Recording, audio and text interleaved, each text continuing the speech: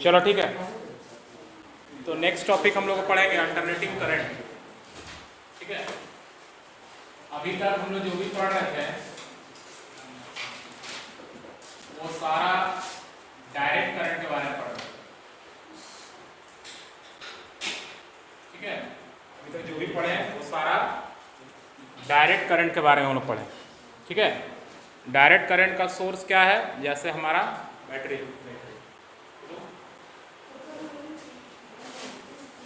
जैसे हमारा बैटरी क्या होता है? ये डायरेक्ट करंट का सोर्स है। ठीक है, जहाँ से हम लोग को डायरेक्ट करंट मिलता है। ठीक है, डायरेक्ट करंट का मतलब है कि इसका जो पोलैरिटी होता है वो फिक्स है। जैसे बैटरी हम लोग बनाते हैं, इस तरह इसका सिंबल देते हैं, इस तरह सिंबल देते हैं ना, तो जो छोटा वाला टर्मिनल है ये माइनस होता है और ये प्लस होता है। इसमें प्लस और माइनस जो है वो फिक्स्ड है, पोलैरिटी जो है इसका फिक्स्ड है, इसीलिए इसको बोला गया डायरेक्ट करंट। ठीक है, जैसे बैटरी के पॉजिटिव से करंट निकलेगा, नेगेटिव में जाएगा, तो ये फिक्स्ड है। ऐसा नहीं है कि अभी ये पॉजिटिव है और ये नेगेटिव है तो कुछ समय के बाद ये चेंज होगा, ऐसा नहीं होगा। लेकिन अल्टरनेटिंग करंट में यही होता है। अल्टरनेटिंग करंट में क्या होता है कि पोलैरिटी जो है वो एक फिक्स टाइम के बाद चेंज हो जाता है। तो अल्टरनेटिंग करंट का हम लोग सिंबल कैसे देते हैं? अल्टरनेटिंग करंट का सिंबल हम लोग कैसे देते हैं? अल्टरनेटिंग करंट का सिंबल इस तरह से होता है। This is the symbol of alternating current. तुम देखना कि तुम्हारे घर में बहुत सारा ऐसा डिवाइस लगा हुआ होगा जिसमें इस तरह का सिंबल दिया हुआ होगा। बात समझ में आया? नहीं दिया? बहुत सारा डिवाइस ऐसा होगा, तुम देखना। ठीक है, एग्जाम्पल को भी, जैसे स्टेबलाइजर लगाता है, रेफ्रिजरेटर लगाता है, उस सब में इस तरह का सिंबल या उसका जो पैकेट आता है ना उसमें इस तरह का सिंबल बना हुआ रहता है। हाँ, तो हमारे घर में जो सप्लाई आ रहा है वो alternating current. This is the supply to our house,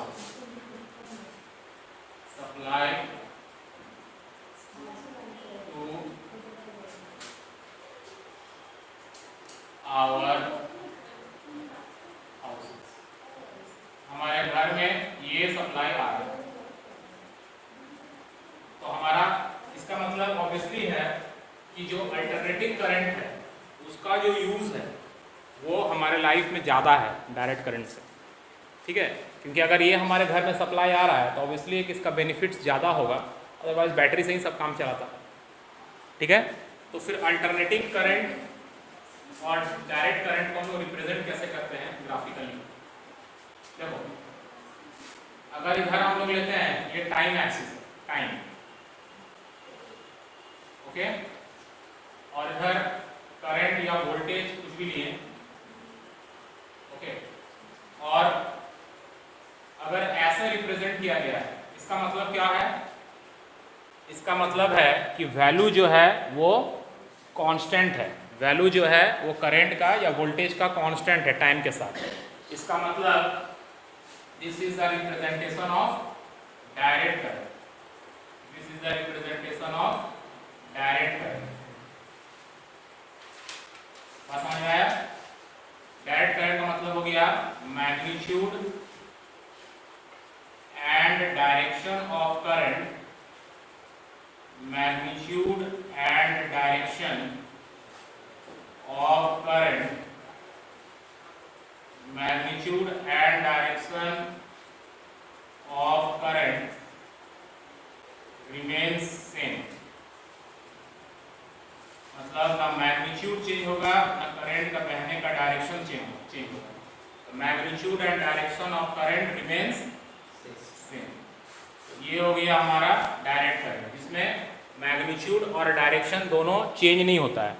ठीक है, मतलब मैग्नीट्यूड मतलब क्या हो गया? करंट का वैल्यू, जैसे 5 एम्पियर करंट है, या अगर वोल्टेज के टर्म्स में बोलेंगे तो मान लो 100 वोल्ट है या 10 वोल्ट है या 15 वोल्ट है, तो वो फिक्स्ड है, वो चेंज नहीं होगा। और उसका डायरेक्शन भी चेंज नहीं होगा। डायरेक्शन का मतलब क्या हो गया कि उसके जो बहने का डायरेक्शन था चार्ज का या करंट का जो फ्लो करने का डायरेक्शन, ये चेंज नहीं होगा। पोलैरिटी इसका चेंज नहीं होगा, प्लस माइनस इसका ऑल्टरनेटिवली बदलेगा नहीं। ठीक है, वो होता है डायरेक्ट करंट। बट हमारा अल्टरनेटिंग करंट वो होता है जिसका पोलैरिटी या करंट का फ्लो करने का डायरेक्शन चेंज होता जाता है पीरियोडिकली और उसका मैग्नीट्यूड भी चेंज होता है। इसको हम लोग ऐसे रिप्रेजेंट करते हैं। अगर ये टाइम एक्सिस हो गया, ये टाइम एक्सिस हो गया और ये हमारा करंट हो गया, ठीक है। तो करंट जो है वो साइनसॉइडली वेरी करेगा ऐसे। ये हमारा अल्टरनेटिंग करंट होता है। इसका मतलब इसका एक पॉजिटिव हाफ होता है और एक नेगेटिव हाफ भी होता है। इसको हम लोग फेज बोलते हैं। इसीलिए फेज का कहानी शुरू होता है जब हम लोग अल्टरनेटिंग करंट पे काम करते हैं। होता है ना, दो फेज, एक फेज लाइन नहीं है, 3 फेज है, तो फेज का काम तभी आता है जब हम लोग अल्टरनेटिंग करंट में काम करते हैं। पॉजिटिव फेज है, एक नेगेटिव फेज है। फिलहाल हम लोग को 2 ही फेज पढ़ना है, बट 3 फेज भी होता है। हर क्लास में 3 फेज भी पढ़ाया जाता है, 3 फेज कैसे काम करता है, ठीक है। तो यहाँ पे जब वो क्या हो रहा है कि वैल्यू भी 0 से मान लो मैक्सिमम हुआ, फिर मैक्सिमम से 0 हुआ, फिर मैक्सिमम हुआ लेकिन नेगेटिव साइकिल में हुआ, फिर 0 हुआ, फिर मैक्सिमम हुआ। तो ये अल्टरनेटिवली पीरियोडिकली चेंज कर रहा है। ऐसा नहीं है कि जब मन तब चेंज कर दिया, है ना। ऐसा नहीं है कि आज गुस्सा है तो चेंज हो गए, कल खुश है जल्दी जल्दी चेंज हो रहे हैं, ऐसा नहीं है। उस चेंज करने का एक पीरियोडिक है। वो कैसे डिपेंड करता है? वो डिपेंड करता है जहाँ सप्लाई आ रहा है उस पर, वहाँ पे एक टरबाइन घूम रहा है, उस टरबाइन के घूमने से इलेक्ट्रिसिटी पैदा हो रहा है। तो जैसे मान लो कि अभी मेरा फेस इस तरफ है, ठीक है, तो मान लेते हैं कि अभी 0 है। फिर जैसे जैसे हम घूमना शुरू किए, मैग्नेटिक फील्ड में कॉइल घूमना शुरू किया, तो फ्लक्स चेंज होगा। फ्लक्स चेंज होगा तो करंट, जैसे मान लेते हैं कि हम लोग अगर इस तरह का एक सेटअप करते हैं, सपोज कर लेते हैं समझने के लिए कि मान लेते हैं ये एक मैग्नेट है, ठीक है। इस मैग्नेट का यहाँ पे नॉर्थ पोल है, ठीक है, और ये मैग्नेट का साउथ पोल है। और इस मैग्नेटिक फील्ड में मान लेते हैं कॉइल है या रेक्टेंगुलर कॉइल, एक को रोटेट करा रहे हैं, ठीक है, इसको रोटेट करा रहे हैं। मान लो ये इसका एक्सिस है और इस एक्सिस पर ये रोटेट कर रहा है इस तरह से। मान लेते हैं इस कंडीशन में अभी कोई करंट इंड्यूस नहीं हुआ, ठीक है। अभी घूमना शुरू किया, जैसे घूमना शुरू किया तो फ्लक्स चेंज होगा ना जी, तो करंट इंड्यूस होगा। जब ये मान लेते हैं कि इस पोजीशन में आ गया, जब ये घूमते घूमते इस पोजीशन में आ गया, ये इसका पोजीशन हो गया, तब क्या हुआ? तब करंट मैक्सिमम हो गया। करंट क्या हुआ? मैक्सिमम हो गया। बस समझ में आया? करंट का मैक्सिमम हो गया, ठीक है, मैक्सिमम हो गया। अब यहाँ पहुंचने के बाद अभी ऐसे घूम रहा है ना, तो फिर इस पोजीशन पे आएगा कि नहीं आएगा? बात को समझ रहे हो? जैसे ये मान लो A है, ये मान लो B है, अभी B यहाँ पे है, A यहाँ पे है, राइट। फिर आधा घूमेगा तो A यहाँ आ जाएगा, B यहाँ आ जाएगा, तो फिर उसका जो ओरिजिनल पोजीशन था उसमें वापस आ गया। इसका मतलब फिर 0 हो जाएगा। तो देखो फिर मैक्सिमम से 0 पर आया, 0 पर आया। अब फिर फर्दर घूमेगा, तो अब फर्दर घूमेगा तो क्या होगा? A यहाँ आ जाएगा, B यहाँ आ जाएगा ना, तो फिर मैक्सिमम तो आया लेकिन उल्टा आया ना इस बार। पिछले बार A ऊपर था, B ऊपर था, A नीचे था। अब A ऊपर चला जाएगा, B नीचे आ जाएगा। फिर वो मैक्सिमम वाला कंडीशन पे आया लेकिन उल्टा आया, जस्ट ऑपोजिट आया। इसीलिए अभी मैक्सिमम होगा लेकिन नेगेटिव साइकिल मैक्सिमम होगा। बात समझ में आ रहा है? तो जैसे तुम सिंपल समझोगे, तुम अगर इस तरह फेस करके खड़े हो, मान लेते हैं अभी 0 है, तुम ऐसे घूमना शुरू किए, तो घूमना शुरू किए तो इस पोजीशन पर आए तो मैक्सिमम हुआ। जब हम इस तरह घूम जा रहे हैं तो फिर क्या हो रहा है? वही कंडीशन में आए लेकिन ऑपोजिट के साथ आए। ऑपोजिट है ना, पहले मेरा फेस इधर था, अभी मेरा फेस उधर है, तो ऑपोजिट हो रहा है कि नहीं हो रहा है? तो इसीलिए यहाँ पर अल्टरनेटिवली पीरियोडिकली क्या होता है कि पोलैरिटी वेरी करते रहता है और वैल्यू भी वेरी करते रहता है। तो इसको हम लोग कैसे डिफाइन करते हैं? अल्टरनेटिंग करंट को, अल्टरनेटिंग करंट को डिफाइन करते हैं जस्ट डायरेक्ट करंट का उल्टा बोलेंगे, है ना। इसमें क्या डिफाइन करेंगे अल्टरनेटिंग करंट को? मैग्नीट्यूड एंड डायरेक्शन दोनों चेंज हो रहा है, राइट, पीरियोडिकली चेंज हो रहा है। Magnitude and direction of current, magnitude and direction of current periodically changes with time, periodically changes with time, समय के साथ ये पीरियोडिकली चेंज करता है। बात समझ में आया? समय के साथ ये पीरियोडिकली चेंज करता है। क्या चेंज करता है? इसका मैग्नीट्यूड और इसका डायरेक्शन दोनों चेंज करता है। ठीक है, बात समझ में आया? तो उसको हम लोग बोलते हैं अल्टरनेटिंग करंट।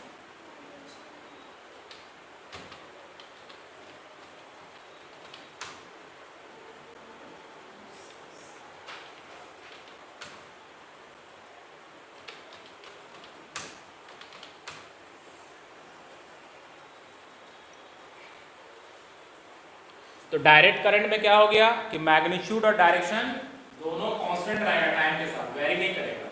बट अल्टरनेटिंग में क्या होगा? मैग्नीट्यूड और डायरेक्शन दोनों वेरी करेगा, लेकिन वेरी कैसे करेगा?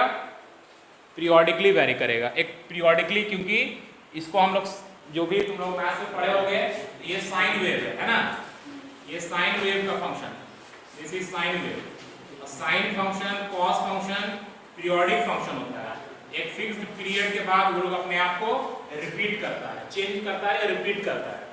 ठीक है, इसमें रिपीटेशन हो रहा है। कैसे रिपीटेशन हो रहा है? एक फिक्स्ड टाइम के बाद रिपीटेशन हो रहा है।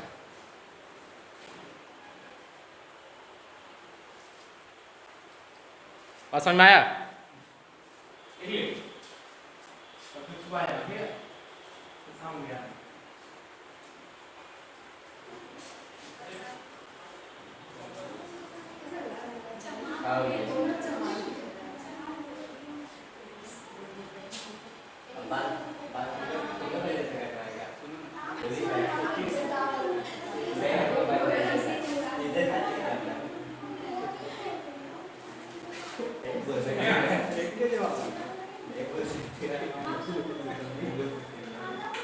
क्लियर है? अल्टरनेटिंग करंट सबको क्लियर हो गया?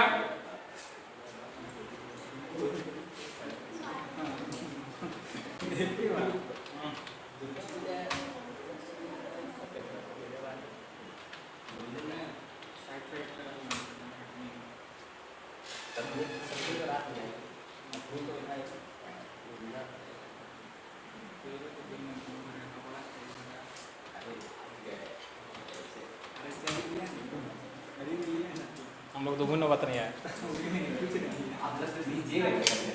देंगे, किसको देंगे? हम लोग कौन देगा? हम खाली देते रहेंगे तो ऐसे भी ऊपर वाला मनाते हैं कि हमको देना ही पड़े, किसी से कभी लेना ना पड़े। इतना ही हमको दे दे ताकत कि हमको देना ही पड़े, कभी किसी से लेना ना पड़े। इतने हम मंगाते हैं।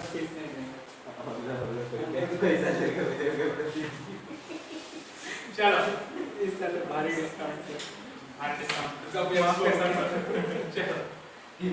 यहाँ पे समझ में आ गया सबको?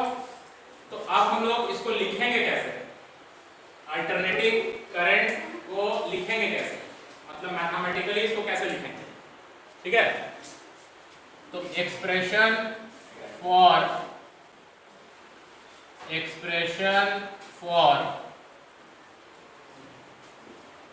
Alternating current end voltage, expression for alternating current end voltage. ठीक है, अल्टरनेटिंग करंट और वोल्टेज को हम लोग कैसे रिप्रेजेंट करेंगे? ठीक है, तो कैसे रिप्रेजेंट करेंगे? तो अल्टरनेटिंग सिग्नल किस तरह का सिग्नल हो रहा है? इसको हम लोग मैथमेटिकली किस तरह का सिग्नल बोलते हैं? साइन सिग्नल या साइन वेव या साइनोसोडल बोलते हैं उसको। ठीक है, साइन वेव इन्वर्टर नाम सुना होगा, नहीं होता? ऐड आता है साइन वेव इन्वर्टर, मतलब उससे जो आउटपुट मिलेगा वो साइन वेव मिलेगा। ठीक है, तो देखो इसको हम एक्सप्रेस कैसे करते हैं? कोई भी साइनोसोडल फंक्शन को हम एक्सप्रेस कैसे करते हैं? ये मान लो हमारा साइनोसोडल फंक्शन है, तो इसका एक पीक है ना जी, मैक्सिमम, जितना वो मैक्सिमम पीक ऊपर होगा उतना ही नीचे भी होगा। तो मान लेते हैं इसको हम लोग बोलते हैं आई मैक्स, मैक्सिमम वैल्यू। ऊपर में इसका मैक्सिमम वैल्यू जितना होगा, नीचे भी उतना ही मैक्सिमम नीचे जाएगा। इसको माइनस आई मैक्स भी बोला जा सकता है। ठीक है, बात समझ में आया? जरा देखो अब ये टाइम के साथ वेरी कर रहा है करंट। करंट जो है वो टाइम का फंक्शन है, ठीक है, करंट जो है वो टाइम का फंक्शन है। लेकिन कोई भी चीज जब पीरियोडिकली वेरी करता है तो एक वर्ड आता है उसमें फ्रीक्वेंसी। फ्रीक्वेंसी का मतलब क्या है कि एक सेकंड में कितना बार कंप्लीट हो रहा है या कितना बार चेंज हो रहा है। तो एक जब भी कोई चीज पीरियोडिकली वेरी करता है तब हमारा फ्रीक्वेंसी आता है। जैसे इसमें अगर कोई बोलेगा फ्रीक्वेंसी निकालना है तो बेवकूफ़ी वाला बात है, इसका फ्रीक्वेंसी 0 है, क्योंकि चेंज करेगा तब तो हम देखेंगे कितना बार रिपीट हुआ। अब कोई घर से निकल गया गुस्सा के और चलते जा रहा है तो उसका फ्रीक्वेंसी नहीं है। अब घर गया फिर वापस आया, फिर जा रहा है, फिर वापस आ रहा है, तो उसका फ्रीक्वेंसी निकाला जा सकता है। फ्रीक्वेंसी हम उसी चीज़ का निकाल सकते हैं जो रिपीट कर रहा है, ठीक है। तो इसका फ्रीक्वेंसी इसका एक टर्म होगा, ठीक है। अब देखो हम लोग अगर इसको लिख रहे हैं current as a function of time, इसको हम लोग ऐसे लिखते हैं I max sine omega T, I max sine omega T, इस तरह से इसको लिखते हैं। जैसे देखो जब हमारा ओमेगा टी का वैल्यू 0 होगा तब 0 पे आएगा। जब ओमेगा टी का वैल्यू π/2 होगा तो मैक्सिमम मिलेगा। ओमेगा टी का वैल्यू पाई होगा तो फिर 0 हो जाएगा। ओमेगा टी का वैल्यू 270 माइनस 3π/2 होगा तो -1 आएगा। तो इस चीज को अगर इसका अगर ग्राफ बनाएंगे तो इसी तरह का ग्राफ बनेगा, ठीक है। तो इस तरह से हम लोग एक एक अल्टरनेटिंग करंट को रिप्रेजेंट कर सकते हैं, जहां पर ओमेगा हमारा हो जाएगा एंगुलर स्पीड, ठीक है, एंगुलर स्पीड। क्यों एंगुलर स्पीड आ रहा है यहाँ पे समझ में भी आ रहा होगा तुम लोग को कि जैसे हम यहाँ पे बात किए थे, यहाँ पर जो कॉइल है वो चल नहीं रहा है, वो घूम रहा है। तो घूम रहा है तो angular displacement is equal to क्या होगा, कितना एंगल घूमा, एंगुलर स्पीड इनटू टाइम करेंगे ना। एंगुलर स्पीड को जब टाइम से मल्टीप्लाई करेंगे तब पता चलेगा कि इसका एंगुलर डिस्प्लेसमेंट कितना हो रहा है। Displacement is equal to velocity into time होता है। Angular displacement is equal to angular velocity into time होगा। इसका मतलब तुम चाहो तो इसे यहाँ पे इसको ऐसे भी लिख सकते हो, I as a function of theta. अगर आई को थीटा का फंक्शन के फॉर्म में लिखे तो हम लोग इसको ऐसे भी लिख सकते हैं, I max sine omega T की जगह पे क्या लिख सकते हैं, ओमेगा टी की जगह पे इसको थीटा लिख सकते हैं ना। तो इसको ऐसे भी लिखा जा सकता है, बस समझ में आया। इसको ऐसे भी लिखा जा सकता है, ओमेगा टी की जगह पे थीटा लिख दिए तो उस समय जो करंट है वो थीटा का फंक्शन हो गया, ठीक है। इसको ऐसे भी लिखा जा सकता है। तो मोटा मोटी बोलने वाला बात यह है कि अगर वो अल्टरनेटिव करंट है या अल्टरनेटिव वोल्टेज है, अगर वोल्टेज लिखना है तो भी उसको भी ऐसे लिखेंगे, Vt इज इक्वल टू ऐसे लिखेंगे V max maximum value of voltage sign omega T. Cos के फॉर्म में भी लिखा जा सकता है, क्योंकि हम लोग दो ही फंक्शन ऐसा पढ़े हैं अभी तक जो पीरियोडिक है, एक साइन दूसरा कॉस, जो हर 360 डिग्री के बाद अपने आप को बदलते रहता है, ठीक है। तो इसको कॉस के फॉर्म में भी लिखा जा सकता है, बट हम लोग साइन में लिखते हैं, जब कॉस आएगा तब देखा जाएगा। तो इसको ऐसे लिखा जा सकता है। और अगर एंगल के फॉर्म में लिखेंगे तो V theta is equal to क्या हो जाएगा, वी मैक्स साइन थीटा, क्योंकि ओमेगा टी की जगह पे हम लोग थीटा भी लिख सकते हैं। आया बात समझ में? So we can express it like this also, इसको ऐसे भी एक्सप्रेस कर सकते हैं, ठीक है। जैसे करंट है, करंट को वोल्टेज कैसे बनाएंगे, R से मल्टीप्लाई कर देंगे, दोनों तरफ रेजिस्टेंस से मल्टीप्लाई कर देंगे तो ये वोल्टेज हो जाएगा, ये वोल्टेज मैक्स हो जाएगा, साइन थीटा ही रहेगा, ठीक है। तो मतलब कोई भी अल्टरनेटिंग सिग्नल है जो पीरियोडिकली वेरी कर रहा है अल्टरनेटिंग सिग्नल, तो उसको साइन या कॉस के फॉर्म में हम लोग लिख सकते हैं। कोई भी, तुम 11th में याद करो हम लोग सिंपल हार्मोनिक मोशन पढ़े थे, वहां भी ऐसे ही लिखते थे ए साइन ओमेगा टी। जो भी चीज पीरियोडिकली वेरी करेगा वहां साइन और कॉस के बारे में ही पढ़ना है सिर्फ, ठीक है। तो इसको लिखो इस तरह से,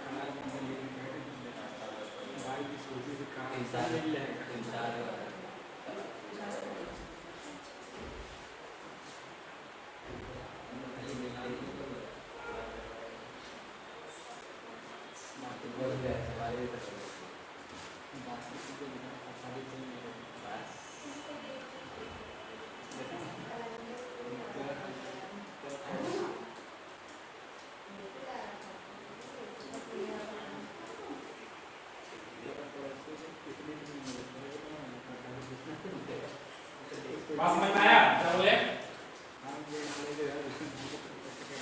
समझ में आ गया? सिंपल इस चैप्टर में याद रखना है कि जब भी हम अल्टरनेटिंग करंट लिखेंगे तो उसको ऐसे लिखेंगे, या अल्टरनेटिंग वोल्टेज लिखेंगे तो उसको ऐसे लिखेंगे, साइन या कॉस के फॉर्म में। साइन या कॉस के फॉर्म में लिखेंगे, ठीक है?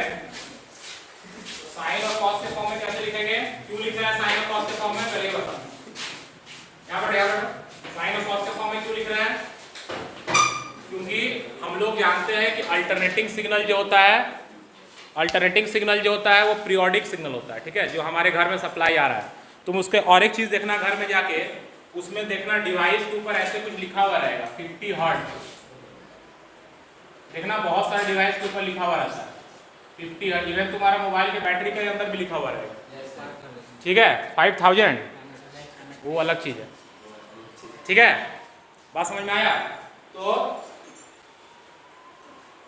यहाँ पे हर्ट्ज का मतलब क्या हुआ है ना कि हर एक सेकेंड में वो 50 बार चेंज कर रहा है, ठीक है? जो हमारा कंट्री में सप्लाई है वो 50 हर्ट्ज का ही है मैक्सिमम, लेकिन यूएस में जो सप्लाई है वो 100 हर्ट्ज का है। मतलब एक सेकेंड में वो 100 बार इस कॉइल को घुमा दे रहा होगा, इसीलिए 100 हर्ट्ज का फ्रीक्वेंसी पैदा करता है।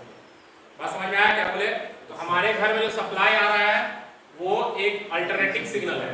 अल्टरनेटिंग का मतलब क्या हुआ कि एक फिक्स्ड टाइम के बाद वो अपने आप को बदलेगा। क्या बदलेगा? उसका वैल्यू भी बदलेगा और उसका फेज भी बदलेगा। इसमें दो फेज होता है, एक पॉजिटिव फेज, एक नेगेटिव फेज। जैसे 0 से स्टार्ट हुआ करंट, मैक्सिमम पर आया, फिर 0 हुआ, 0 के बाद फिर नेगेटिव हुआ, फिर पॉजिटिव हुआ। और ऐसा नहीं है कि जब मन तब बदल जाएगा, उसका बदलने का एक टाइम पीरियड है और एक फिक्स्ड टाइम के बाद ही वो बदलेगा। इसीलिए हम लोग उसको बोल रहे हैं कि पीरियोडिक सिग्नल है। पीरियोडिक का मतलब होता है जो फिक्स्ड टाइम के बाद हो, ठीक है? यहाँ से बात समझ में आ गया? और कोई भी पीरियोडिक सिग्नल है उसको हम लोग साइन और कॉस के फॉर्म में लिख सकते हैं। ये सबसे इंपॉर्टेंट बात है, क्योंकि और कोई भी फंक्शन अभी तक हम लोग नहीं पढ़े हैं जो कि पीरियोडिक है। तुम tan को देखोगे तो tan 0 का वैल्यू 0 होता है, लेकिन tan 90 का वैल्यू अनडिफाइंड हो जाता है, मतलब वो 0 से बढ़ते जा रहा है। पीरियोडिक का मतलब जो घूमेगा, जैसे साइन 0 0, साइन 180 0, है ना? साइन जैसे तुम यहां देखो, ये 0 हुआ, ये पाई 180 हुआ, ये हुआ 2 पाई 360 हुआ, फिर आगे बढ़ेगा तो ऊपर चढ़ेगा ग्राफ। अब तो देखो एक साइकिल कंप्लीट हो गया कि नहीं हो गया, फिर नेक्स्ट साइकिल शुरू हो रहा है। तो पीरियोडिक है कि नहीं है? बात समझ में आ रहा है? लेकिन अगर कोई इस तरह का सिग्नल है तो उसको हम लोग पीरियोडिक नहीं बोल सकते हैं। वो तो कॉन्स्टेंटली बढ़ते जा रहा है, वो रिपीट नहीं कर रहा है। पीरियोडिकली कोई भी चीज रिपीट करेगा जब वो साइन या कॉस का फंक्शन होगा। बात समझ में आ गया? तो हमारे घर में जो सिग्नल आता है उसको अगर तुम साइनोसोडल सिग्नल भी बोल रहा है तब भी चलेगा, मतलब वो साइन वेव के जैसा है। हमारे घर में जो सिग्नल आ रहा है वो साइन वेव के जैसा है। इसीलिए तुम हमारे घर में कोई भी ऐसा डिवाइस लगा हुआ नहीं दिखेगा जिसपे प्लस माइनस लिखा हुआ है। कोई भी ऐसा डिवाइस नहीं दिखेगा तुमको जिसमें प्लस माइनस लिखा हुआ है। तुम बल्ब में देखो कहीं नहीं लिखा हुआ है, ट्यूबलाइट में देखो कहीं नहीं, क्योंकि प्लस माइनस तुमको पता ही नहीं है। क्योंकि प्लस माइनस क्या हो रहा है, यहाँ पे चेंज हो रहा है। लेकिन बैटरी में प्लस माइनस लिखा हुआ है क्योंकि उसका प्लस माइनस पोलैरिटी फिक्स्ड है। बात समझ में आया? तो जो फिक्स्ड रहता है उसको हम लोग डायरेक्ट करंट बोलते हैं, जो पीरियोडिकली वेरी कर रहा है उसको हम लोग अल्टरनेटिंग करंट बोलते हैं, अल्टरनेटिंग वोल्टेज बोलते हैं। बात समझ में आया?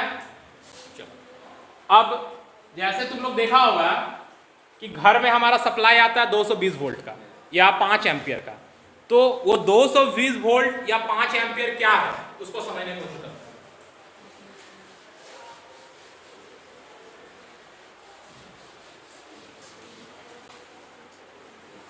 तो लिखो average and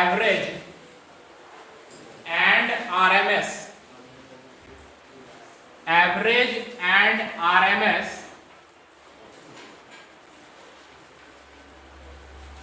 average and RMS value of current, average and RMS value of current, average and RMS value of current। इसका क्या मतलब हुआ? देखो, हम लोग एवरेज किसी चीज का कब निकालते हैं? कब एवरेज निकालने के बारे में कब सोचते हैं किसी भी चीज का? कुछ रहा होगा,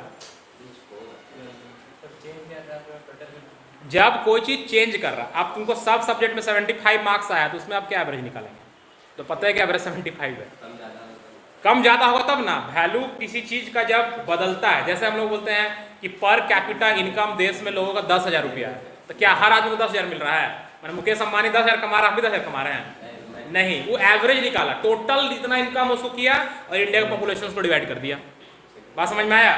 तो एवरेज कब निकालते हैं? जब चीजें वेरी करता है या चेंज होते रहता है। ठीक है, तो यहां भी तो वैल्यू चेंज हो रहा था ना जी। यहां पर भी जो वैल्यू है करंट का या वोल्टेज का, वो तो चेंज हो रहा है पीरियोडिकली। तो इसका एवरेज हम लोग निकालना पड़ेगा। तो कैसे निकालेंगे? मान लेते हैं कि इसको करंट, ये अल्टरनेटिंग करंट है, ठीक है, ये अल्टरनेटिंग करंट है। अब एक चीज देखो, अगर हम जैसे ये 0 हुआ, अगर हम इसको एंगल लिखें, एंगल के साथ ही तो वैरी कर रहा है। अब थीटा इज इक्वल टू क्या होता है? Theta is equal to omega T होता है। Theta is equal to omega T होता है। ओमेगा हो गया घूमने का स्पीड और टी हो गया टाइम। घूमने का स्पीड टू टाइम, क्या चीज घूमने का? यार फिर से हम बता रहे कैसे अल्टरनेटिंग करंट जनरेट होता है। घर में जो सप्लाई आ रहा है, वहाँ हाइड्रो पावर स्टेशन में या थर्मल पावर स्टेशन में क्या हो रहा है? टरबाइन घुमाया जा रहा है, उससे इलेक्ट्रिसिटी पैदा हो रहा है। तो उसके घूमने का एक स्पीड होगा ना। तो मान लेते हैं कि 5 सेकंड में कितना घूमा, कितना एंगल घूमा। तो घूमने का स्पीड को टाइम से मल्टीप्लाई कर देंगे तो पता चल जाएगा ना कि 5 सेकंड में वो कितना एंगल घूमा। बात समझ में आया? तो ओके, तो ये हमारा है। अब मान लो अगर इसको एंगल लिखते हैं तो 0, ये एंगल हो जाएगा पाई, ये हो जाएगा 2 पाई, फिर 3 पाई, ऐसा होगा। अगर ये देखो, ये एक पूरा साइकिल कंप्लीट हुआ, एक पूरा साइकिल कंप्लीट हुआ। अगर इसको टाइम के फॉर्म में लिखेंगे तो ये हो जाएगा 0, ये हो जाएगा टाइम पीरियड का आधा t/2, ये हो जाएगा t। टाइम पीरियड मतलब क्या होता है? एक साइकिल को कंप्लीट होने में कितना टाइम लग रहा है। तो यहां से यहां तक एक साइकिल कंप्लीट हो रहा है ना, यहां का टाइम को बोल रहा है t। ये वाला यहां का टाइम कितना हो जाएगा? t/2 हो जाएगा, अगर टाइम के फॉर्म में इसको लिखना चाहते हैं तो। तो देखो, अगर हम इसका एवरेज वैल्यू निकालें, एवरेज वैल्यू निकाल रहे हैं पूरा एक साइकिल के लिए 0 से लेके यहां तक, इंटीग्रेशन करेंगे, ठीक है, IT dt, इसका इंटीग्रेशन करेंगे 0 से लेके 2 पाई या 0 से लेके t तक जाओ, ठीक है। डिवाइडेड बाय एवरेज कैसे होता है? टोटल टाइम पीरियड से डिवाइड किया जाता है। पहले यहां से लेके यहां तक कितना करंट आया उसको टोटल टाइम पीरियड से डिवाइड करेंगे तो हमारा एवरेज निकलेगा। लेकिन ये वैल्यू आ जाएगा 0। एवरेज वैल्यू कितना आ जाएगा? 0। कब? जब पूरा एक साइकिल के लिए लेंगे। एक साइकिल मतलब ये पार्ट, ये पार्ट। तो सिंपल तुमको ग्राफ से ही नहीं पता चल रहा है कि दोनों का ऐड करेंगे तो 0 नहीं आ जाएगा जी। तुमको एक सब्जेक्ट में 40 आया, दूसरा में -40 आया, तो 0 हो गया, है ना। चारों क्वेश्चन सही बनाया, चारों गलतों बना के आ गया तो 0 मार्क्स हो गया, है ना जी। तो अगर हम पूरा साइकिल के लिए एवरेज निकालेंगे तो कितना हो जाएगा? 0। ये याद रखना है, for complete cycle average value 0 होता है। For complete cycle I average value जो निकालेंगे, चाहे करंट निकाले चाहे वोल्टेज निकाले, अल्टरनेटिंग अगर है तो 0 आएगा। ये बहुत इंपॉर्टेंट कॉन्सेप्ट है, ठीक है। एवरेज वैल्यू अगर निकालते हैं किसके लिए, करंट का या वोल्टेज का, जो कि अल्टरनेटिंग है नेचर का, तो उसका एवरेज वैल्यू कितना आएगा, 0 आएगा। क्यों 0 आएगा समझ में आ गया, क्योंकि जितना इसका पॉजिटिव हिस्सा है उतना ही नेगेटिव हिस्सा है एक पूरा साइकिल में। तो इसका मतलब हमको आधा साइकिल लेना पड़ेगा तभी एवरेज निकाल पाएंगे। इसीलिए फिर आरएमएस का कॉन्सेप्ट आया, क्योंकि जब हम आधा साइकिल का निकालेंगे तो एक पूरा साइकिल का इंफॉर्मेशन तो हमको नहीं ना मिलेगा, इसीलिए आरएमएस निकाला जाता है, ठीक है। लेकिन अगर तुमको एवरेज निकालने के लिए कहा भी जाएगा तो एवरेज हम लोग किसके लिए निकाल पाएंगे, हाफ साइकिल के निकाल पाएंगे। फुल साइकिल के निकाले जाएंगे तो 0 आ जाएगा। कोई भी अल्टरनेटिंग चीज है, अगर वो करंट है चाहे वोल्टेज है, कोई भी चीज है, अगर वो अल्टरनेटिंग है तो उसका एवरेज निकालेंगे कंप्लीट साइकिल के लिए तो 0 आ जाएगा। समझ में आया। तो हम लोग हाफ साइकिल के लिए निकाल सकते हैं। तो हाफ साइकिल के निकालेंगे तो इस इक्वेशन में क्या चेंज आएगा, 0 से लेकर t/2 तक करेंगे। तो अगर हम हाफ साइकिल का निकाल रहे हैं, फॉर हाफ साइकिल, तो हाफ साइकिल के लिए निकालेंगे तो क्या हो जाएगा, I average is equal to, यहां पे हो जाएगा इंटीग्रेशन 0 से लेके t/2 तक जाएंगे, IT dt divided by time period t, ठीक है। अब देखो IT हमारा क्या है, IT का फंक्शन मतलब कैसे लिखते हैं, इस करंट को कैसे लिखेंगे, I max sign omega T, ऐसा नहीं लिख रहे थे, साइन ओमेगा टी dt, ठीक है, डिवाइडेड बाय t, 0 से लेके t/2। अब इसको डिफरेंशिएट इंटीग्रेट करेंगे तो आई मैक्स कांस्टेंट है, उसको बाहर कर दो, I max by capital T बाहर है, ठीक है।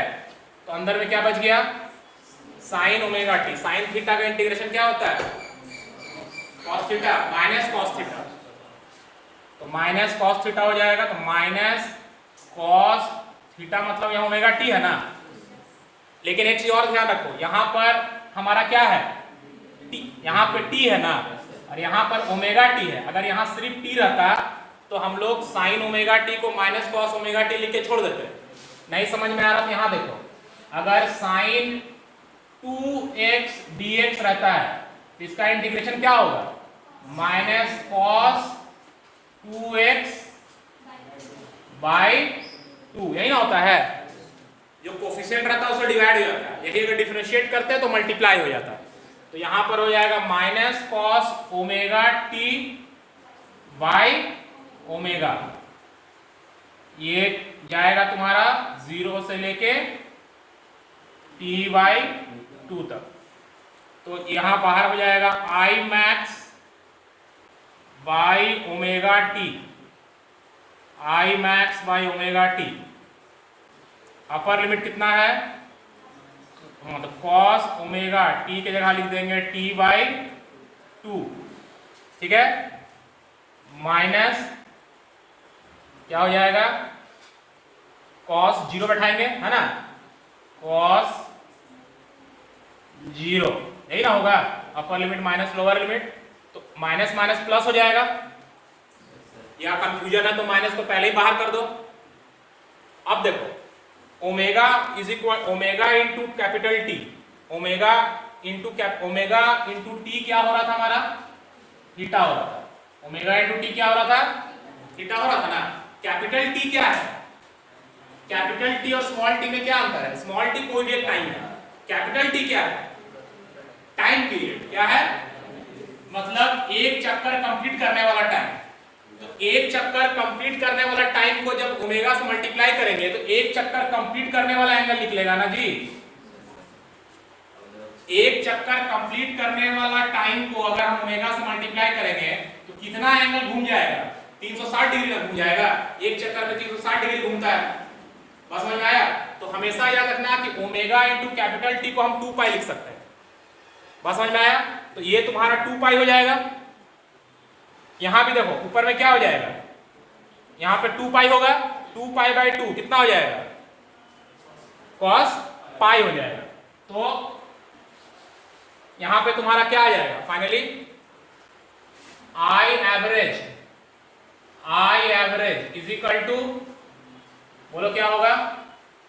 आई मैक्स बाय 2 पाई लिख सकते हो, डिवाइडेड बाय क्या होगा? सॉरी डिवाइडेड बाय ब्रैकेट में क्या होगा? Minus cos pi. Cos pi का वैल्यू होता है -1, तो माइनस माइनस प्लस हो जाएगा 1, और कॉस 0 का भी होता है 1, तो यहां हो गया 1 प्लस 1 हो गया 2, तो 2 और 2 कट गया, तो आई एवरेज हो गया आई मैक्स बाय पाई।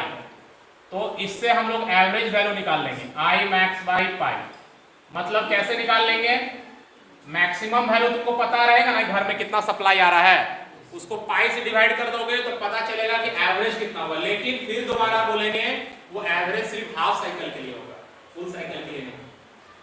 बात समझ आया? क्या रहा तो लग नहीं रहा? कहां पे? ये समझ में आया?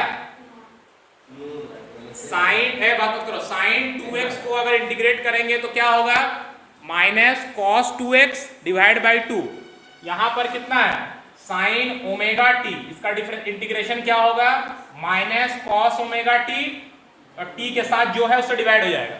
यहां तो समझ में आया? अब तुमको क्या करना है? पहले अपर लिमिट बैठाना है। तो अपर लिमिट कितना है? तो टाइम की जगह पे t बाई 2 बैठाएंगे, माइनस लोअर लिमिट, तो लोअर लिमिट क्या है? 0, तो cos 0 बैठाएंगे। लेकिन माइनस माइनस प्लस हो गया, तुम कंफ्यूजन है तो माइनस को पहले ही बाहर कर दो, तब भी हो जाएगा, कोई दिक्कत नहीं है। ठीक है, यहां समझ में आया? फिर हम लोग क्या किए? Omega T, omega into T क्या होता है? यहां लिख दे रहे हैं here omega into T. Omega into T क्या होता है बोलो? 2 पाई होता है। ओमेगा और टी मतलब हो गया टोटल टाइम पीरियड। तो टोटल टाइम पीरियड से ओमेगा को मल्टीप्लाई करेंगे तो पूरा एंगल कितना डिस्प्लेस हुआ पता चल जाएगा। तो टोटल एंगल कितना कवर हो जाएगा? टी टाइम में 2 पाई। तो जहां जहां ओमेगा टी है वहां 2 पाई लिख दिए, तो यहां हो गया 2 पाई बाई 2, तो पाई बचा, और यहां हो गया cos 0। cos पाई मतलब -1 होता है, cos 180 डिग्री का वैल्यू -1, तो माइनस माइनस प्लस हो गया 1, और cos 0 ऑलरेडी 1 होता है, तो 1 + 1 2 हो गया। ठीक है, हाँ t/2 क्या बोलो? ये इसको बैठाए थे तो यहाँ कहां से आया? क्योंकि हम कंप्लीट साइकिल के लिए नहीं ले रहे थे, हम लोग आधा सर्कल के लिए थे। तो तुमको टाइम का लिमिट बैठाना होगा ना, जब इंटीग्रेट करेंगे तो लिमिट बैठाना होगा नहीं, कहां से कहां तक इंटीग्रेट करेंगे। 0 से लेके t तक इंटीग्रेट किए थे तब तो 0 आ गया, इसीलिए 0 से लेके t/2 तक इंटीग्रेट किए, आधा टाइम के लिए ही निकालना है।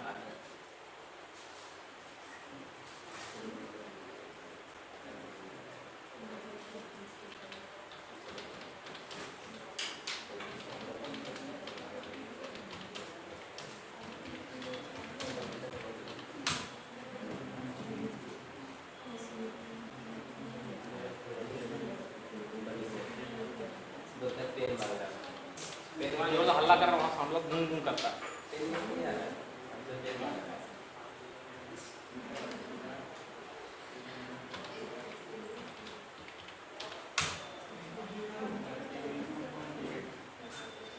ऐसे इंटीग्रेशन हमको ये हमको लगता है डेरिवेशन एग्जाम में पूछेगा नहीं, तो तुमको ये फाइनली याद रखना है। sin x by pi तुमको ग्राफ दे देगा, बोलेगा कि इसका एवरेज निकालो, so that is more important.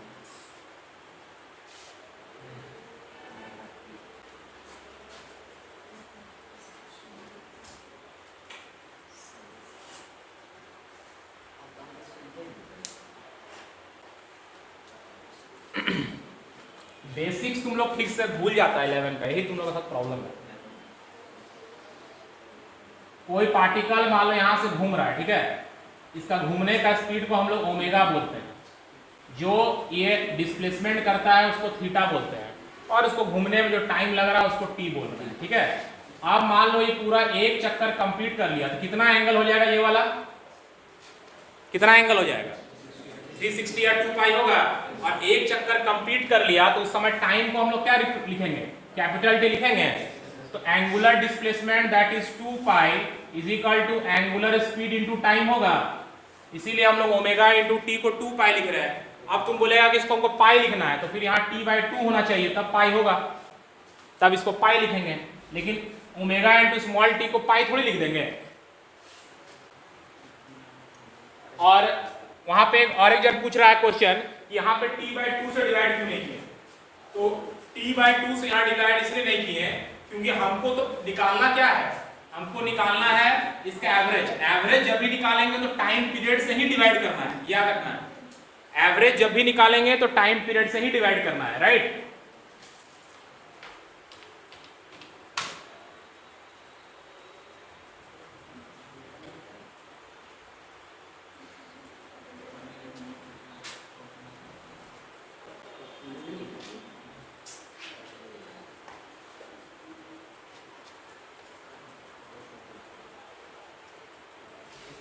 Average हम लोग जब भी निकालेंगे तो टाइम पीरियड से ही डिवाइड करेंगे। और याद रखना है omega into capital T is equal to 2 pi होगा हमेशा।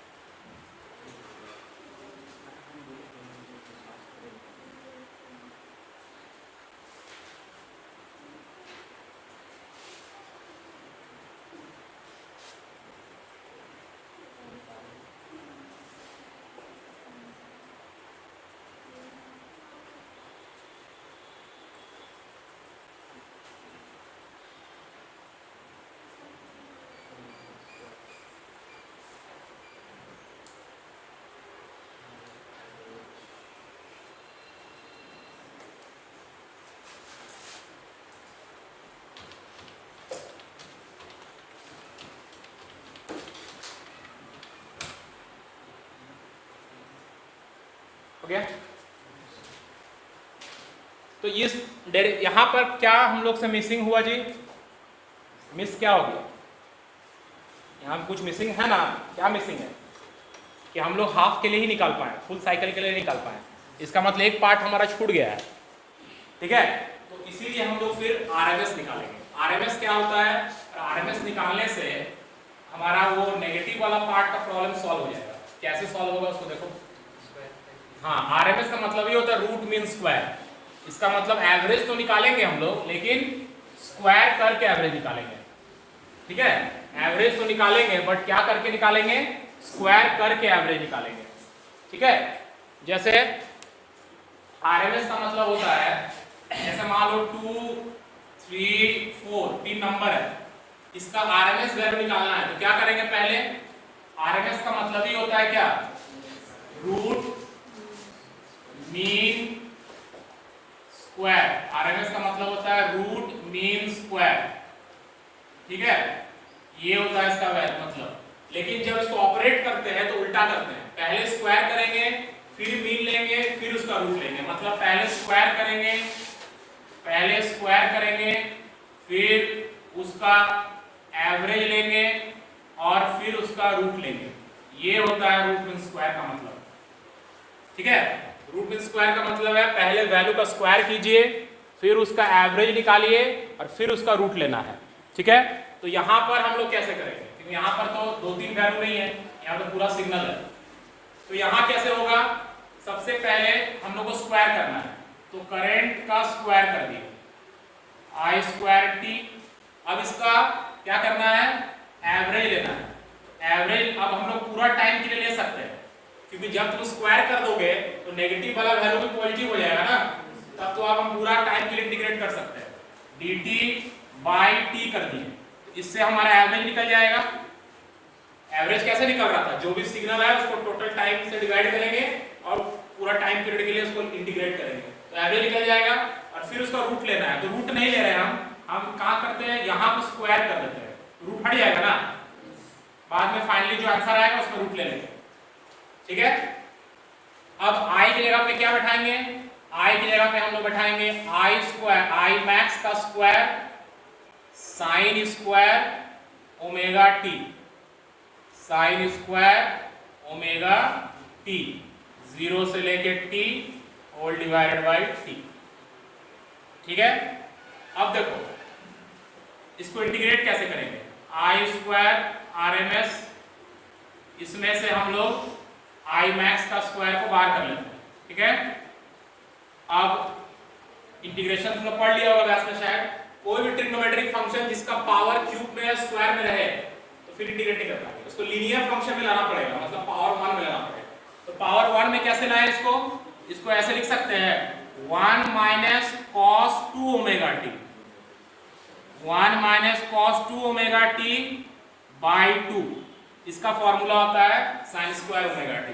ठीक है, डिवाइडेड बाय, यहाँ पे हम लोग कैपिटल टी रख दिए और ये 0 से लेके टी तक जा रहा है। 1 minus cos 2 omega 1 minus cos 2 theta by 2 होता है साइन स्क्वायर थीटा। ठीक है, तो 1 minus cos 2 omega T by 2 कर दिए साइन स्क्वायर ओमेगा टी की जगह पे। ठीक, अब देखो थोड़ा सा स्मार्टली काम करोगे तो इंटीग्रेशन इजीली बन जाएगा, क्योंकि हमको ये मैथमेटिक्स नहीं है, हमको हर स्टेप इंटीग्रेशन करके दिखाना होगा, हम लोग को फाइनली आंसर लाना है। ठीक है, तो इसीलिए हम लोग एक थोड़ा सा दिमाग लगाएंगे तो इजीली इंटीग्रेट कर सकते हैं। कोई भी फंक्शन जो साइन या कॉस हो वो एक पीरियोडिक फंक्शन होता है। ठीक है, कोई भी फंक्शन जो साइन या कॉस होता है वो एक, और उसको अगर हम 0 से लेके t तक या 0 से लेके 2 पाई तक इंटीग्रेट करेंगे तो उसका वैल्यू हमेशा 0 आ जाएगा। बात समझ में आया, ये साइन और कॉस का प्रॉपर्टी है, क्योंकि साइन और कॉस में वही कहानी है, जैसे तुम कॉस का भी फंक्शन देखोगे तो कॉस ऐसे स्टार्ट होता है ना, वही पीरियोडिक है। तो जब हम लोग साइन या कॉस को एक कंप्लीट पीरियड के लिए इंटीग्रेट करते हैं तो उसका वैल्यू 0 आ जाएगा। तो देखो इसको जब हम इंटीग्रेट करेंगे तो इसका वैल्यू 0 आ जाएगा, तो फिर इसको इंटीग्रेट करने का कोई कारण ही नहीं है, सिर्फ हम लोग 1 को इंटीग्रेट कर दें।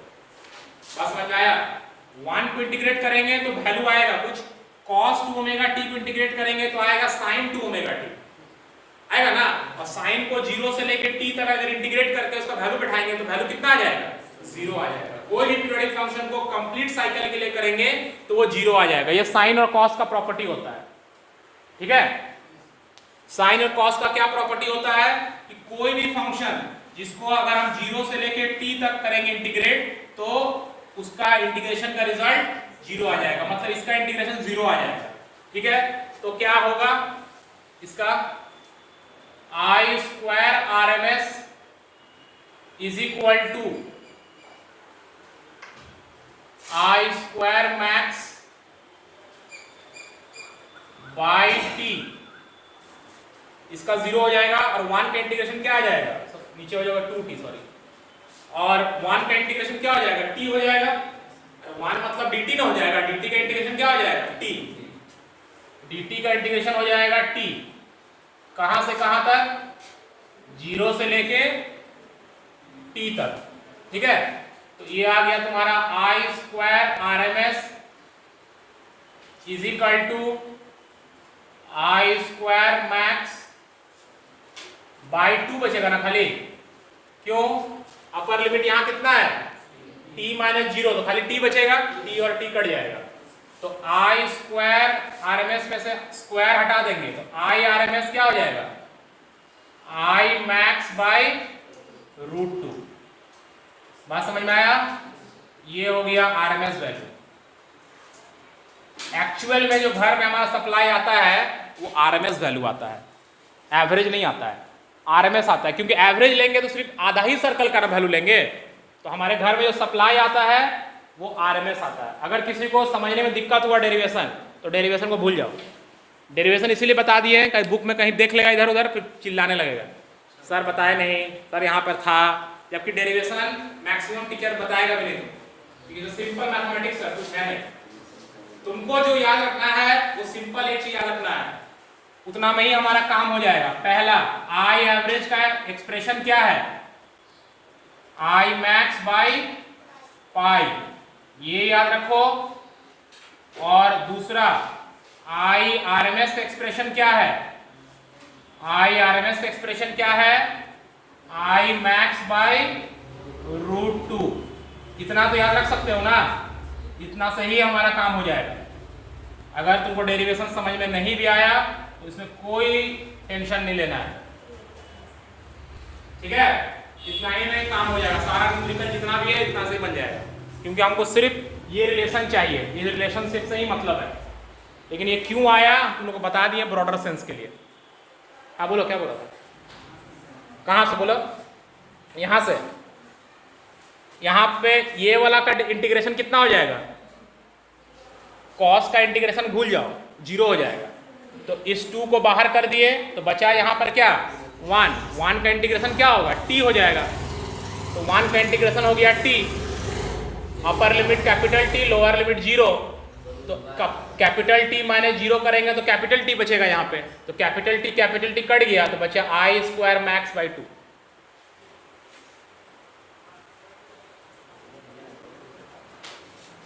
ठीक है, अगर एक्सप्रेशन को याद रखोगे उसी में हमारा काम सारा हो जाएगा। ये सिंपल कुछ नहीं है, तुम ये इस टाइप का क्वेश्चन तुमको इंटीग्रेशन में भी मिलेगा जो मैथ्स बनाओगे। ये सिंपल यहाँ पर इंटीग्रेशन किए हम लोग, एक पीरियोडिक फंक्शन को कंप्लीट पीरियड के लिए कैसे इंटीग्रेट कर सकते हैं।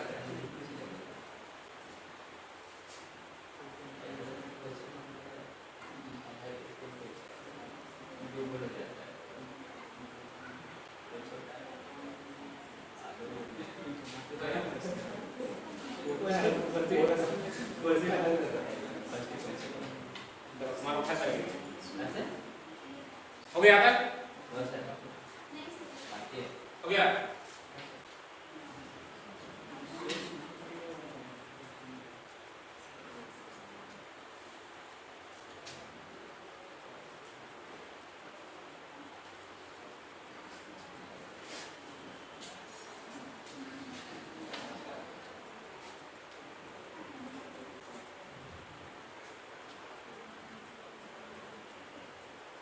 क्या लिख नहीं पा रहा है?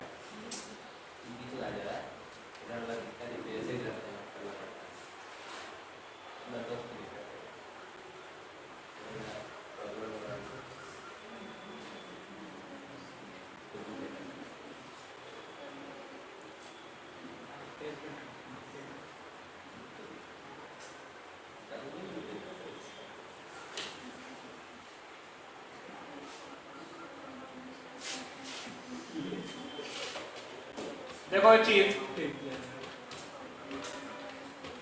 अगर मान लो लिखा हुआ है कहीं पे 220 वोल्ट एसी, इसका क्या मतलब है? ये एक्चुअली में 220 वोल्ट आरएमएस वैल्यू है, मैक्सिमम वैल्यू नहीं है इसका। बात समझ में आया? क्या पता चलेगा? तो ही तो तुमको पता चलने के लिए तुम सिखा रहे हैं कि 220 वोल्ट एसी लिखा हुआ है कहीं पे, इसका मतलब ये क्या है, आरएमएस वैल्यू है। जब तक नहीं बोलेगा कि ये पीक वैल्यू है या मैक्सिमम वैल्यू है, क्वेश्चन में या कहीं पे लिखा हुआ रहेगा कि peak value of AC voltage इतना, तो अब हमको बोलना है कि ये मैक्सिमम वैल्यू है। नहीं बोला है कुछ, मतलब ये आरएमएस है।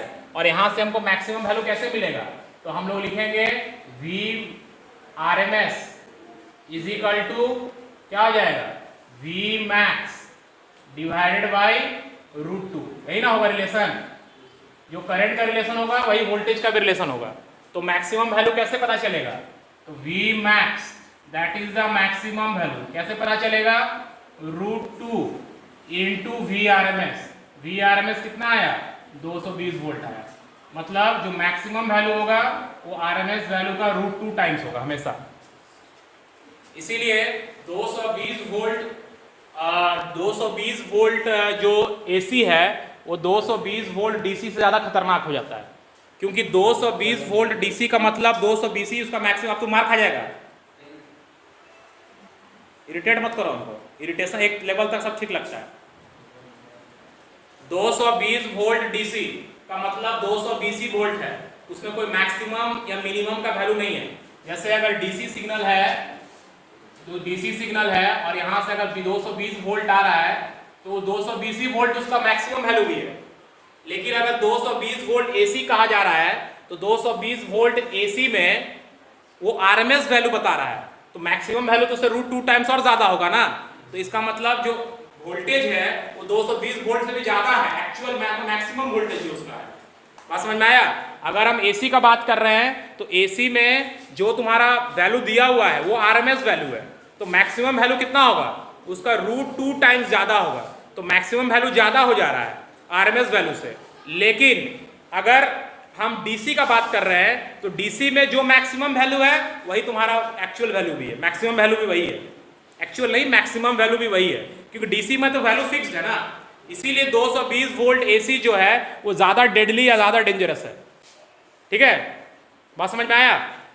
क्योंकि उसका जो वैल्यू दिया हुआ है वो आरएमएस वैल्यू दिया हुआ है, एक्चुअल वैल्यू मैक्सिमम वैल्यू जो होगा उसका √2 टाइम्स ज्यादा होगा। है बात समझ में? इसीलिए हम बोले ये रिलेशन तुमको याद रखना है, क्योंकि तुमको क्वेश्चन में दे देगा 220 वोल्ट डीसी एसी या 100 वोल्ट एसी, तो तुमको मैक्सिमम वैल्यू अगर निकालना होगा तो उसको √2 से फिर मल्टीप्लाई करना पड़ेगा। आया बात समझ में? हाँ क्या? हाँ 220 वोल्ट एसी आ रहा है, लेकिन मैक्सिमम वैल्यू जो आ रहा है तुम्हारा वो इसमें से √2 टाइम्स और ज्यादा है। हाँ जी, हम तो क्या बोल रहे हैं, चैप्टर का नाम अल्टरनेटिंग करंट नहीं होना चाहिए, इसका नाम अल्टरनेटिंग सिग्नल होना चाहिए। सिग्नल में दोनों आ रहा है, करंट भी आएगा वोल्टेज भी आएगा। ठीक है, क्योंकि वोल्टेज अगर चेंज नहीं होता तो तुम उसको रेगुलेट नहीं कर पाता। तुम बढ़ा रहा घटा रहा जी, कैसे बढ़ा रहा घटा रहा है? उसका एक तो लिमिट फिक्स होगा तब तो तुम बढ़ा घटा सकता है। जो वैल्यू खुद फिक्स है उसको तुम कैसे बढ़ाया घटाएगा? बस समझ में आया? और भी कारण बताएंगे कि एसी आता है, एसी का बहुत सारा फायदा है, नहीं तो वहां से आते आते इतना सिग्नल होगा सब लॉस ही हो जाएगा। अगर डीसी में भेजेंगे तो उसके लिए कितना बड़ा बैटरी लगाना पड़ेगा 220 वोल्ट के लिए। ठीक है, और भी तो हम लोग एसी को रेगुलेट कर सकते हैं, क्योंकि एसी सिग्नल जो हमारा है वो 0 से लेके मैक्सिमम के बीच में उसको किसी वैल्यू पे सेट कर सकते हैं अपने अकॉर्डिंगली जो हमको चाहिए। बस समझ में आया? उसको बढ़ा घटा सकते हैं with the help of transformer. अब वहां से मान लो 11,000 वोल्ट भेज दिया, मेरे घर को 11,000 वोल्ट थोड़ी चाहिए, फैक्ट्री को 440 वोल्ट चाहिए, हमको 220 वोल्ट चाहिए, तो फिर पता चलेगा सबको 11,000 वोल्ट लेना पड़ता। हाँ, ट्रांसफार्मर तुम अपना हिसाब से फिर यूज करता है। तुम्हारे घर जो मोहल्ला में ट्रांसफार्मर लगा हुआ है स्टेप डाउन है, वो 11,000 वोल्ट को 220 वोल्ट में कन्वर्ट कर दे रहा है। समझ में आया? क्योंकि तुम्हारे घर में 11,000 वोल्ट में कोई भी अप्लायंस काम नहीं करेगा, सब उड़ जाएगा। लेकिन बहुत सारा फैक्ट्रीज है जहाँ 440 वोल्ट चाहिए, तो वो अपना ट्रांसफार्मर लगाएगा फिर।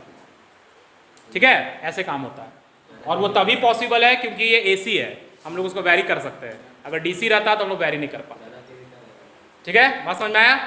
तो इतना पहले इसको पढ़ो, इसका बेसिक्स। उसके बाद देखेंगे कि एसी को रेजिस्टर से पास करेंगे तो क्या होगा, इंडक्टर से पास करेंगे तो क्या होगा, कैपेसिटर से पास करेंगे तो क्या होगा। इस बड़ा इंटरेस्टिंग है इसमें। ठीक है, फिर उसमें देखना है कि पावर कैसे कंज्यूम कर रहा है एसी में, कितना पावर कंज्यूम कर रहा है। और इसमें मेन है फेजर डायग्राम, जो हम लोग पढ़ेंगे, जो हम तुमको बताया कि इसमें फेज होता है। फेजर डायग्राम अगर तुम समझ गए तो इसका सब न्यूमेरिकल बना देगा, एक भी न्यूमेरिकल छूटेगा नहीं, फिर इवन हायर क्लास में भी। और फेजर डायग्राम नहीं समझोगे तो फिर बड़ा दिक्कत होगा इसमें समझने में। मेन इसमें फेजर डायग्राम है। खैर 12th में बहुत सिंपल फेजर डायग्राम है, हायर क्लास में बहुत कॉम्प्लिकेटेड होता है। तो फेजर डायग्राम जो हम लोग नेक्स्ट क्लास में पढ़ेंगे उसी पर ध्यान लगाना है। ठीक है, ओके, चलो।